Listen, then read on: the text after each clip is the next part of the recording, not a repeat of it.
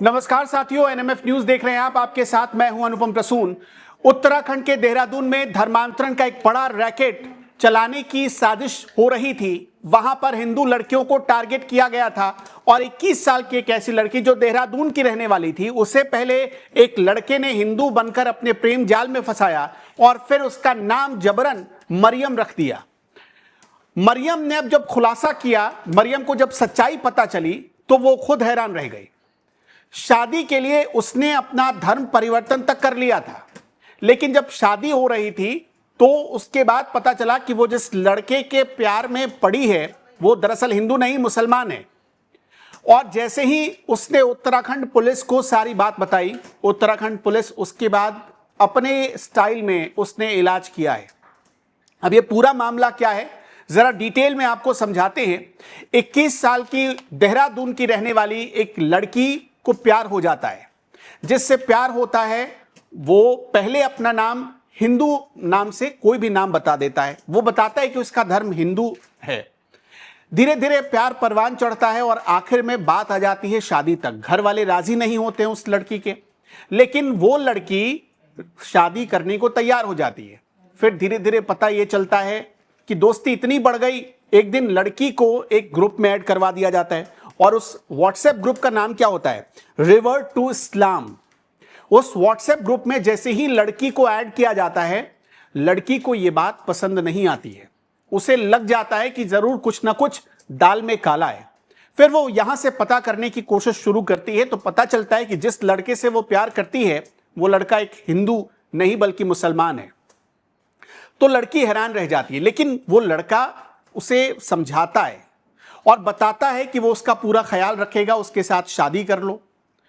फिर धीरे धीरे बात आगे बढ़ने लगती है। लड़की पर यह दबाव डाला जाता है कि तुम अपना धर्म परिवर्तन कर लो, तुम मुसलमान बन जाओ, इसी में तुम्हारा फायदा है। तुम मेरी तीसरी या चौथी बीवी बन जाओ, मैं तुम्हारा ख्याल रखूंगा, तुम्हारे लाइफस्टाइल को सुधार दूंगा। इस तरह के कई प्रलोभन दिए जाते हैं उस लड़की को। उस लड़की को कई इस्लामिक ग्रुप में ऐड करवा दिया जाता है, व्हाट्सएप ग्रुप में ऐड करवा दिया जाता है। वो लड़की ये सब समझ नहीं पाती है। आखिर में जब लड़की धर्म परिवर्तन करने के लिए राजी नहीं होती है तो उस पर दबाव बनाया जाता है, उसका नाम बदल दिया जाता है, उसके दस्तावेज बदल दिए जाते हैं, उसका नाम एक हिंदू से बदलकर मरियम कर दिया जाता है।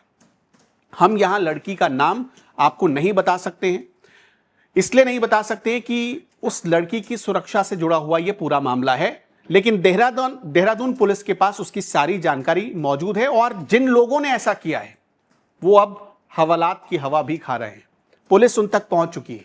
लेकिन जब देहरादून पुलिस ने अपने स्टाइल में उनसे जब सच उगलवाना शुरू किया तो वो भी हैरान रह गए। सच जब आप भी सुनेंगे तो आप भी हैरान रह जाएंगे। इस वक्त उत्तर प्रदेश में धर्म परिवर्तन के दो गैंग सामने आए, दो गैंग। एक आगरा से एक गैंग को पकड़ा गया जिसका इंटरनेशनल रैकेट का पर्दाफाश हुआ है। पता यह चला कि आगरा में एक ऐसा खेल चल रहा था जिसके टारगेट पर सिर्फ हिंदू लड़कियां होती थी। उनको पहले प्रेम जाल में फंसाया जाता था, उनका धर्म परिवर्तन किया जाता था और बाद में उन्हें विदेशों में भेज दिया जाता था।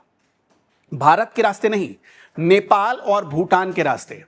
और दूसरा छांगुर बाबा का केस तो आपको पता ही है कि छांगुर बाबा की अपनी एक संस्था थी, उसमें उसने एक लेडीज का गैंग बना रखा था और उस लेडीज गैंग का काम ही होता था यही कि वो हिंदू लड़कियों को फंसाती थी या हिंदू लड़कों को फंसाती थी, फिर उनका धर्म परिवर्तन कराती थी।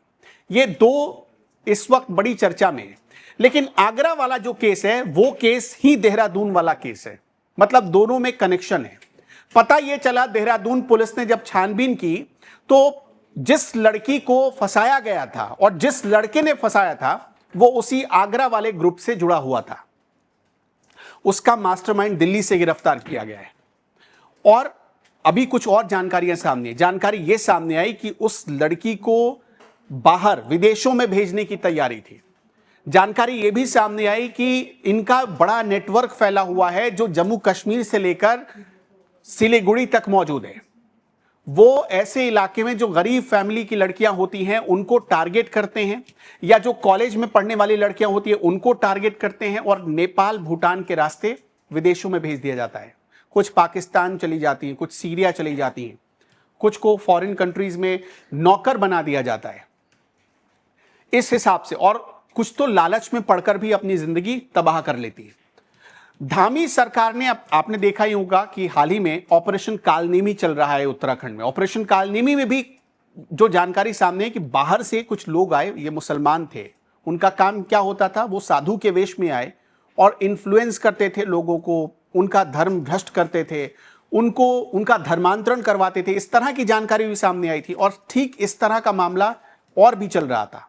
जो आगरा वाला केस, आगरा का जो ग्रुप था, उसने उत्तराखंड के कई हिस्सों में अपने लिंक बना रखे थे, अपने ग्रुप का प्रचार प्रसार कर रखा था और उस ग्रुप के टारगेट पर भोली भाली लड़कियां होती थी। अभी जो नई जानकारी सामने आ रही है उसमें यह बताया गया है पुलिस की तरफ से कि आरोपियों ने लड़की को धर्मांतरण के लिए पहले मानसिक रूप से तैयार किया।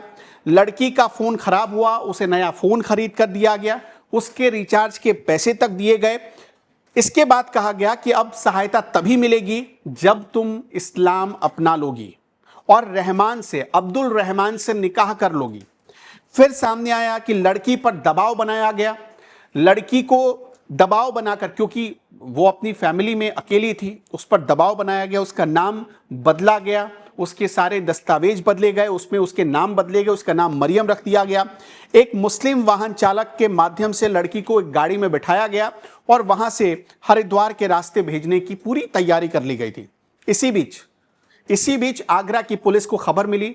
आगरा की पुलिस ने देहरादून की पुलिस को कांटेक्ट किया, फिर बात हरिद्वार पुलिस तक पहुंची और धीरे धीरे पुलिस सही मौके पर पहुंच गई और रेस्क्यू ऑपरेशन चलाया गया जिसमें उस लड़की को बचा लिया गया। जानकारी यह मिल रही है कि 6 राज्यों से अभी तक, अलग अलग स्टेट से 6 राज्यों से कुल 14 लोगों को गिरफ्तार किया गया है। इस पूरे मामले में अभी बड़ी मछलियां पकड़ी जानी बाकी है। कुछ बड़ी मछलियां उत्तराखंड में छिपी हो सकती हैं, इस बात की आशंका है उत्तराखंड की पुलिस को। धामी सरकार के काम करने का अपना स्टाइल है। वो धर्मांतरण कानून, पहले ही आपने देखा होगा, बहुत सख्त कानून लेकर आई। इसी तरह जो लैंड जिहाद चल रहा था उत्तराखंड में, उसके खिलाफ सख्त कानून लेकर आए पुष्कर सिंह धामी। जो नकल चल रहा था उसके खिलाफ कानून आया। और आपने देखा ही कि ऑपरेशन कालनेमी के जरिए जो बाहर से आकर हिंदुओं को टारगेट करने वाले लोग थे, जो संतों और साधुओं को बदनाम करने वाले लोग थे, उनके खिलाफ अभियान चलाया गया। और इस तरह बेटियों को बचाने के लिए भी पुष्कर सिंह धामी प्रतिबद्ध हैं। वो लगातार मेहनत कर रहे हैं, ऐसे ऑपरेशन चला रहे हैं। उनकी पुलिस बड़ी सजग और सतर्क है। आपने देखा कि कैसे एक खबर मिलते ही, एक इनपुट मिलते ही आगरा पुलिस के द्वारा फौरन एक्शन में आई। देहरादून से लेकर हरिद्वार पुलिस तक एक्शन में आ गई और गिरफ्तार किया गया। वरना लड़की को हो सकता था पहले उत्तराखंड से बाहर भेजा जाता और उसके बाद उसे हिंदुस्तान से बाहर भेज दिया जाता। ये लोग दस्तावेज तैयार कर लेते थे। जो जानकारी आई, पहले इनका जो सेंटर पॉइंट था वो सिलीगुड़ी था। लड़कियों को अलग अलग स्टेट से उठाया जाता था, सिलीगुड़ी सबको इकट्ठा किया जाता था और वहां से भूटान या नेपाल के रास्ते उन्हें विदेश भेज दिया जाता था। यह पूरी तैयारी थी। उत्तराखंड पुलिस ने जो सतर्कता दिखाई है, जो सजगता दिखाई है, जो धामी सरकार ने सजगता दिखाई है, उस पर आप क्या कहना चाहते हैं, हमें कमेंट बॉक्स में जरूर बताइएगा।